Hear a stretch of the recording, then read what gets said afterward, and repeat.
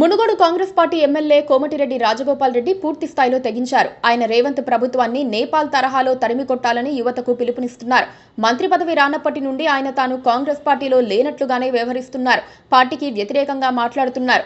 మొదట ముఖ్యమంత్రిని టార్గెట్ చేసినా ఇప్పుడు నేరుగా కాంగ్రెస్ పార్టీని టార్గెట్ చేస్తున్నారు. యువతకు 2 లక్షలు ఇస్తామని చెప్పి తమ ప్రభుత్వం మోసం చేసిందని అన్నారు. నేపాల్ తరహాలో తెలంగాణ ప్రభుత్వంపై తిరుగుబాటు చేద్దామని, ఓ అన్నలా అండగా ఉంటానని యువతకు పిలుపునిచ్చారు. ఆయన తీరుతో కాంగ్రెస్ పార్టీలోనూ అసహనం వ్యక్తమవుతోంది. రాజగోపాల్ ఘోరంగా క్రమశిక్షణ ఉల్లంఘిస్తున్నా ఎవరూ పట్టించుకోవటం లేదు. పీసీసీ చీఫ్ కూడా తనకు కోమటిరెడ్డి మీద ఎలాంటి ఫిర్యాదు రాలేదన్నారు. క్రమశిక్షణ కమిటీ సుమోటోగా తీసుకుని విచారణ చేయవచ్చని వ్యాఖ్యానించారు. ఇప్పుడు ఎలా చూసినా కోమటిరెడ్డి రాజగోపాల్ రెడ్డిని కంట్రోల్ చేసుకోకపోతే ఆయన నేరుగా మనుషుల్ని తీసుకొచ్చి ధర్నాలు చేయించినా ఆశ్చర్యం లేదన్న వాదన వినిపిస్తోంది.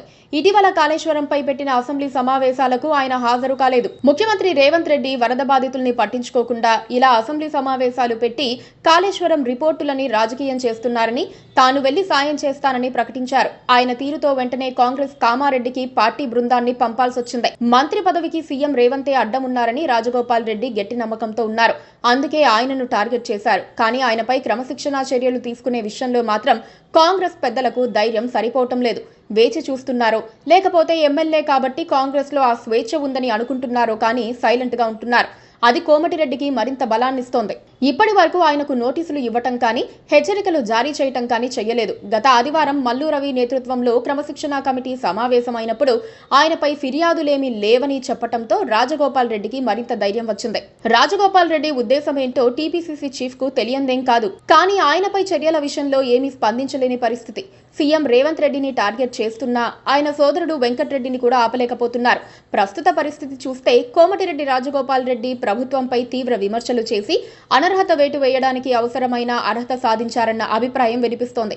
ప్రభుత్వాన్ని పడగొడతామని కూడా ఆయన హెచ్చరికలు జారీ చేసిన తర్వాత కాంగ్రెస్ మాట్లాడకపోతే అంతకంటే నిస్సహాయత ఏముంటుంది? ఆ నిస్సహాయతనే బలంగా చేసుకుని Rajagopal Reddy చెడుగుడాడుకుంటున్నారు. Please subscribe to